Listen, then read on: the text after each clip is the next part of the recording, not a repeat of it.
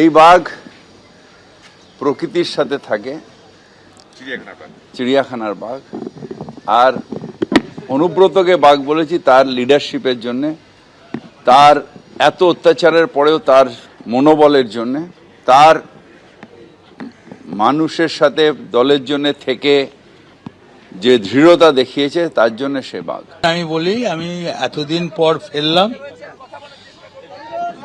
2 বছর পর ফেললাম, 2.5 বছরের মতন। সবাই ভালো থাকুক। মমতা ব্যানার্জি বীরভূম আসছে না, শরীর একটু অসুস্থ, পায়ের বেদনা, কোমরে বেদনা। দেখুন, আমি কোনো বিতর্কে যেতে রাজি নয়।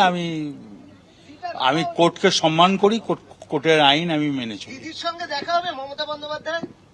শরীর যদি ভালো থাকে, দিদি ভালো থাকুক, দিদির জন্য আমি আছি, বরাবরই থাকবো। ও বীরভূমের বাঘ, বীরভূমের বাঘই থাকবে। বীরভূমের বাঘ খাঁচায় আটকে বেশি দিন রাখা যাবে না। খাঁচায় যখন বাঘ আটকে থাকে তখন শিয়ালরা, হায়নারা হুম হুম করে, কারণ বাঘ ভেতরে আছে বলে। সেই বাঘ বেরিয়ে গেলে আবার তারা ল্যাজ তুলে পালায়। এই ওখানকার বিরোধীরা ল্যাজ তুলে আবার পালিয়ে যাবে। আমরা খুব আনন্দ, যে আমাদের একজন নেতা তিনি বীরভূমে ফিরবেন। রাজনৈতিকভাবে অনেকদিন তাকে আটকে রাখা হয়েছে, কিন্তু সত্যের জয় হবে এবং সত্যের জয় হচ্ছে। তাই কেজরিওয়ালজিও বেল পেলেন, অনুব্রত মণ্ডলও বেল পেলেন। যারা বিরোধী দলনেতাদের আটকে রাখা হয়েছিল তারা সবাই এক এক করে বেল পায়। কে বলছে বাঘ ফিরেছে, আমি বলছি বেড়ালও নয়। মিছিমিছি আপনি বাঘ বানাচ্ছেন বেড়াল থেকে। মুখ্যমন্ত্রী দেখাতে চাচ্ছেন যে আমার বাঘ ফিরে এসেছে। বেড়াল হচ্ছে বাঘের মাসি, ওই মাসিই হবে, বেড়ালই হবে, আর কিছু না।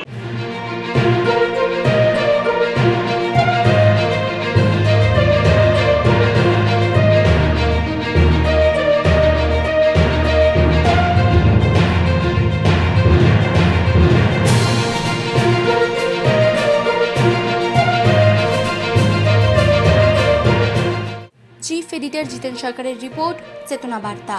জেগে থাকে, জাগিয়ে রাখে।